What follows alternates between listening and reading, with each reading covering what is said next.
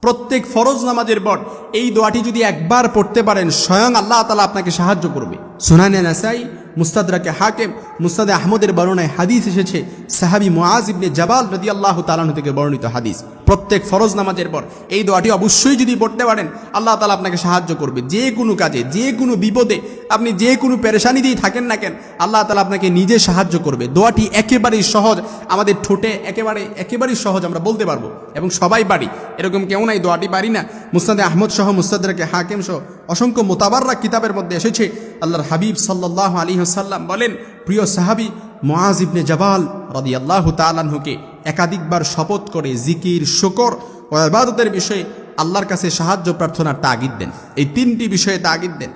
হাদিসটি হলো, মুআজ ইবনে জাবাল রাদিয়াল্লাহু তাআলা আনহু বর্ণনা করেন, একদিন রাসূল সাল্লাল্লাহু আলাইহি সাল্লাম আমার হাত ধরলেন আর বললেন, হে মুআজ, আল্লাহর শপথ আমি তোমাকে ভালোবাসি।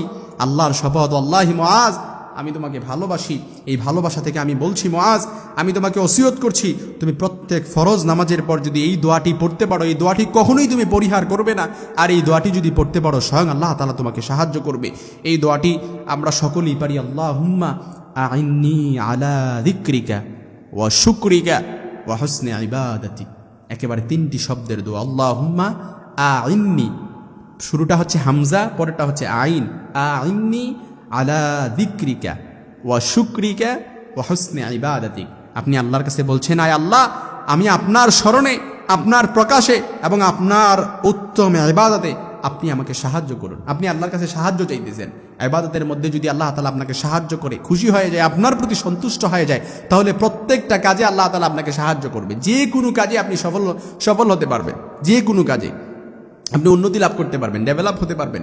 আপনি জীবন, আপনার ভাগ্য খুলে যাবে ইনশাআল্লাহুল আজিজ, আপনি যদি এটা পড়তে পারেন। এরপর মুআজ ইবনে জাবাল রাদিয়াল্লাহু আনহু আস-সুনাবিহি রাহমাতুল্লাহি আলাইহিকে এবং আস-সুনাবি হযরত আব্দুর রহমান কেও এরূপ দোয়া করার ওসিয়ত করতেন। মুআজ রাদিয়াল্লাহু তাআলা আনহু অন্যকে ওসিয়ত করতেন। এজন্য এই আমলটি আমরা যদি করতে পারি, প্রত্যেকটি উম্মাহ যদি, মুসলিম উম্মার জন্য এই আমলটি প্রত্যেক ফরজ নামাজের পর আমরা যদি এই দোয়াটি পড়তে পারি, আল্লাহুম্মা আইন্নি আলা যিকরিকা ওয়া শুকরিকা ওয়া হুসনি ইবাদাতিক, এই দোয়াটি করতে পারি, প্রত্যেক কাজই আল্লাহ তাআলা আমাদেরকে সাহায্য করবে। হয়তো পেরেশানিতে আছেন, আল্লাহ সাহায্য করবে আপনাকে।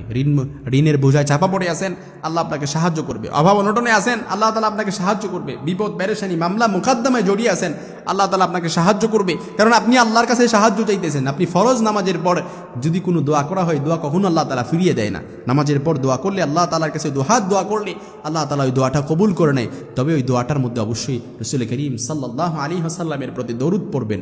যে দোয়ার মধ্যে দরুদ থাকে না, মাহজুবুন মুআল্লাকুন বাইনাস সামাই ওয়াল আরদ, আকাশ আর জমিনের মাঝে পেন্ডিং অবস্থায় থাকে, ঝুলন্ত অবস্থায় থাকে।